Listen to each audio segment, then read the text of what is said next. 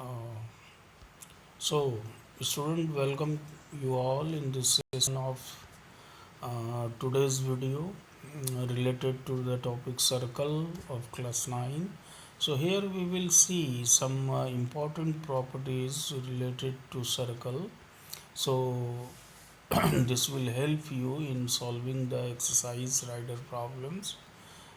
So, let us take one by one. The first rule is uh, angle made by diameter or angle subtended by diameter in a semicircle is a right angle. As you can see here in this figure that diameter AB makes an angle APV in the semicircle. Then this angle APV is equal to 90 degree. It is called angle in the semicircle. Next one is, in a circle, if an arc subtends one angle at the center and one angle in the remaining part of circumference, then angle at the center is twice the angle made in the remaining part of circumference. So here you see arc AB subtends angle AOB at the center and angle APB in the remaining part of circumference. Then, according to this rule, angle AOB equal to twice of angle APB, or conversely, you say that angle in the remaining part of circumference, that is angle APB, then it will be equal to half the angle at the center, that is half of AOB. Okay. The third property is, if an arc subtends two or more angles in the remaining part of circumference, then these angles are equal. As here in this figure, arc AB subtends two angles, angle APB and angle AQB in the remaining part of circumference. So angle APB equal to angle AQB, and this is commonly known as angles in the same segment. Next property is related to cyclic quadrilateral. So before discussing this property, we must know what is cyclic quadrilateral, what does it mean. So actually it is a quadrilateral, that is four sides closed figure or a polygon of four sides. But here the condition is a quadrilateral whose all four vertices lie on the circumference. As you see in this figure, a quadrilateral ABCD is there whose all four vertices lie on the circumference. So this is a cyclic quadrilateral. Now let us see what is the properties of a cyclic quadrilateral. So property is the sum of opposite angles of a cyclic quadrilateral is supplementary. And you know, opposite angles means there are two angles, say angle A, then its opposite is C. So angle A plus C equal to 180. Supplementary means 180. And similarly, if we take these two angles B and D, then it is also the sum of angle B and D is also 180.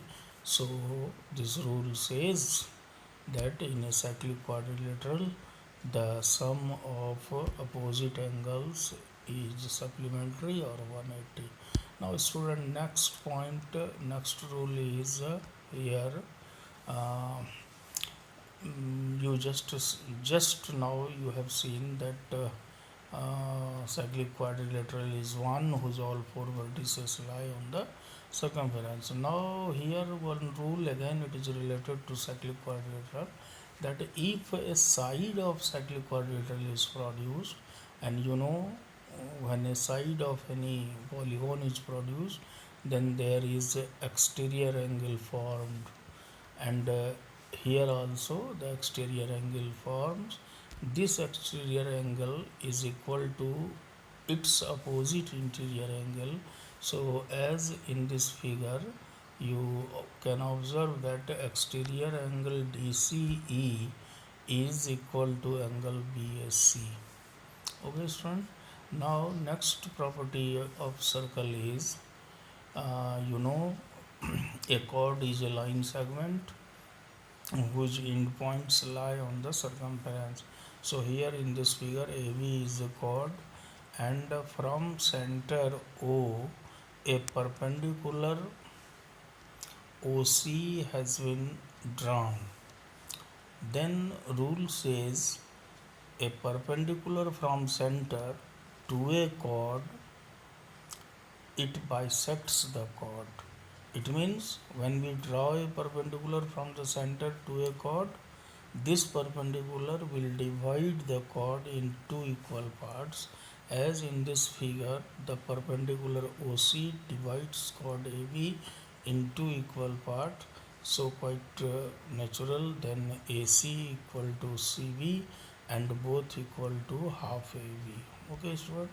Now next property is related to two equal chords of a circle.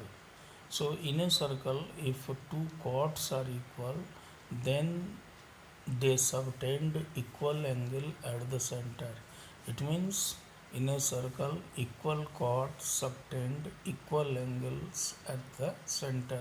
Here you see two chords AB and CD which are given equal, and when we join the end point of these chords with center, so angle will form at the center.